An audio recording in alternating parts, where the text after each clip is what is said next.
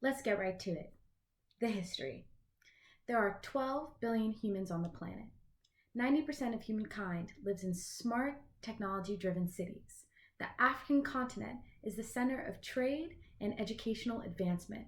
Climate change has disrupted the seasons, submerged most land masses neighboring the oceans, and polluted the air to a state of constant smog. Large corporations monopolize the air, water, and plant markets. Renewable technology for solar, water, and wind energy is commonplace, but access to this technology is unequal.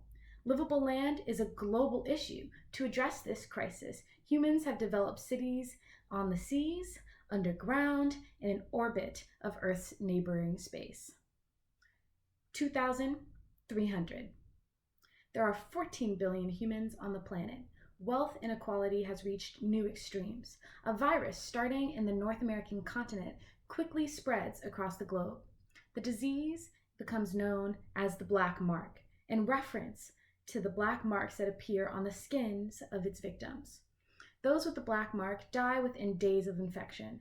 No one can trace the origins of this disease or how to cure it. Despite humankind's best efforts to contain the black mark, no human city is saved. Even the orbiting cities in space are ravished by the black mark and forced to land on Earth. February, the first wave of the black mark. Mass hysteria ensues.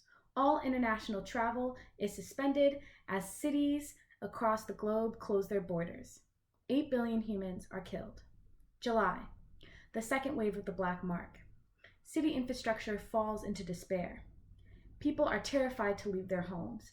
Global communication and mass media shut down. 5 billion more humans are killed. October, the third and final wave of the black mark. 1.8 billion people are killed.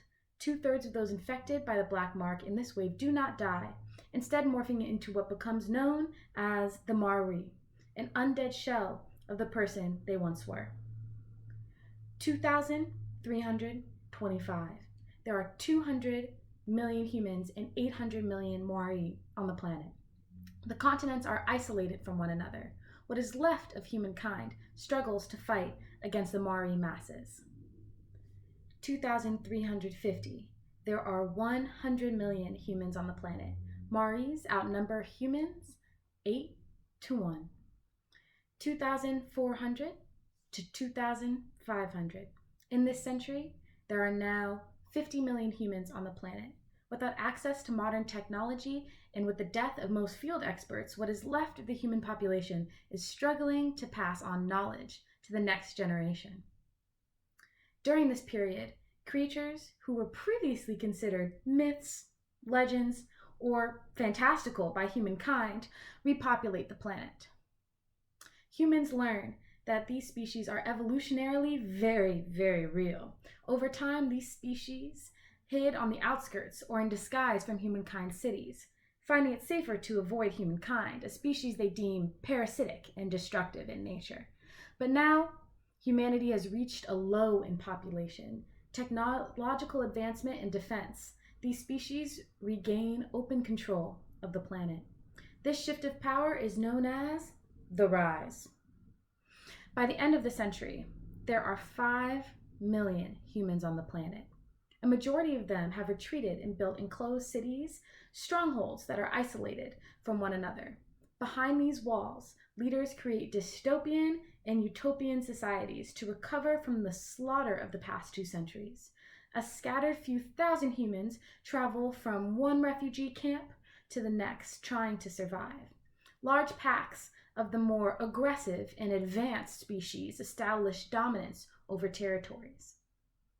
2,500. A group from an unknown but powerful species takes over the North American continent. There are rumors that different groups from the same species have taken over other continents. On the North American continent, the group is known as the representatives. They establish a short list of laws that are harshly enforced. These laws are inclusive of the raid law, the open house law, and several others. No one is clear where the representatives came from or their purpose in reclaiming the North American continent as the Représentation Nation, or the RZN for short. Now, it's the present day, 2,640. The representatives are becoming erratic. They are targeting the large packs and changing the laws. Rumor has it that a war between the large packs and the representatives is brewing. A storm is on the horizon in the RZN, and it appears that our young protagonist, Amaranth, a gifted Maori, may very well be at the center of it all. Intrigued? Well, if you've ever wondered, why are we here? Well, you're bound to find out why in this action-packed trilogy, although you might not like the answer.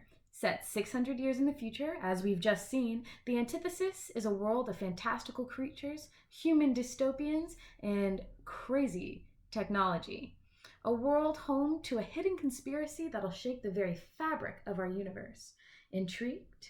Then join the young Maori, Amaranth, our gifted and still sentient protagonist, on an epic quest of self-discovery, friendship, and truth.